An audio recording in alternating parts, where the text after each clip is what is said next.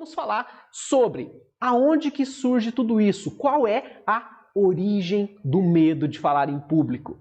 Provavelmente você já deve ter falado, se você está nesse workshop, já deve ter falado alguma vez na sua vida: eu tenho medo de falar em público, ou eu fico muito nervoso, eu esqueço os conteúdos. Você deve já ter usado alguma dessas frases para exemplificar um possível medo de falar em público. Então, já vamos acabar com isso logo de começo. Então, eu poderia acabar o workshop agora com essa frase que eu vou dizer para vocês. Olha só.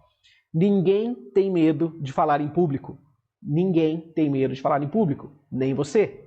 O que as pessoas têm é medo do julgamento de quem está assistindo.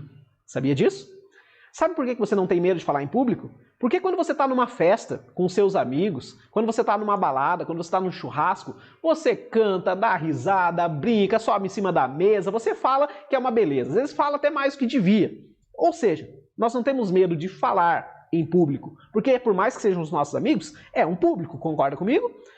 Então o que nós temos medo quando a gente sobe num palco, quando a gente vai fazer a apresentação de um trabalho, ou vai fazer uma reunião lá na nossa empresa, ou vai conduzir uma equipe que você precisa passar um treinamento, passar algumas ideias. O que acontece? O medo é porque agora, nesse momento, você virou o centro das atenções. Lá na balada, você não era o centro das atenções, você era apenas mais um. A partir do momento que você se torna o centro das atenções, é onde o tal do medo começa a aparecer. Então você não tem medo de falar em público. Você tem medo é do que as pessoas que estão lá, de braço cruzado, me olhando, estão pensando. Então ninguém tem medo de falar em público. As pessoas têm medo do julgamento de quem está assistindo. Tá, beleza. Mas de onde que surge isso? Vamos voltar lá na nossa infância.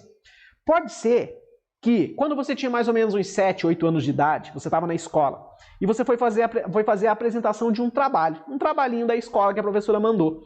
E aí você foi lá na frente, sem saber como apresentar, porque as pessoas pedem para você apresentar, mas elas não te ensinam como apresentar. O professor, a professora não falam para você assim, ó, você tem que olhar aqui, você tem que falar desse jeito, você tem que falar um pouquinho mais alto, você tem que se movimentar, porque nem eles aprenderam isso. Como que eles vão ensinar?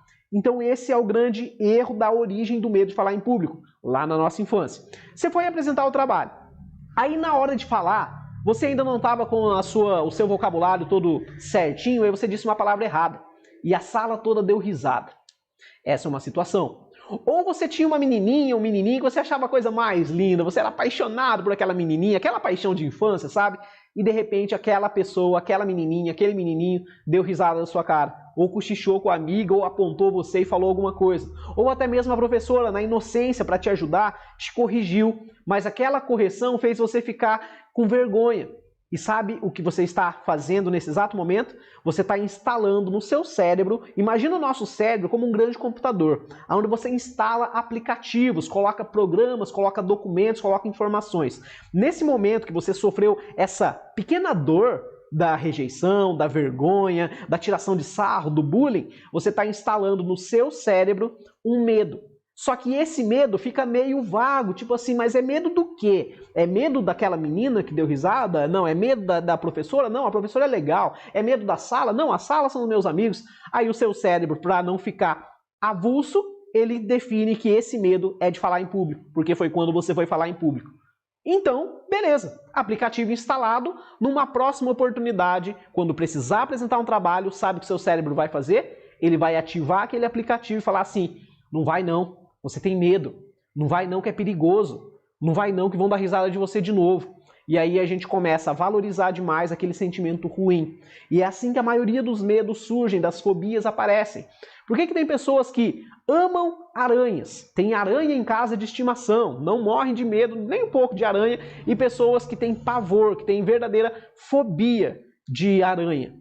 Porque talvez em algum momento da vida dela, ela viu uma aranha e a mãe ou alguém estava perto e deu um grito, cuidado, olha a aranha, mata essa aranha, ai meu Deus do céu, sai de perto. E aquilo criou um aplicativo no seu cérebro. Aranhas são perigosas. E agora toda vez que você vê uma aranha, por mais que falem para você que aquela aranha é inofensiva, você fala assim, não, melhor não abusar. Foi instalado em você uma informação. A maioria dos medos originam dessa forma. Nós mesmos criamos os nossos medos. Não foram as pessoas que fizeram, porque elas nem sabem o que aconteceu.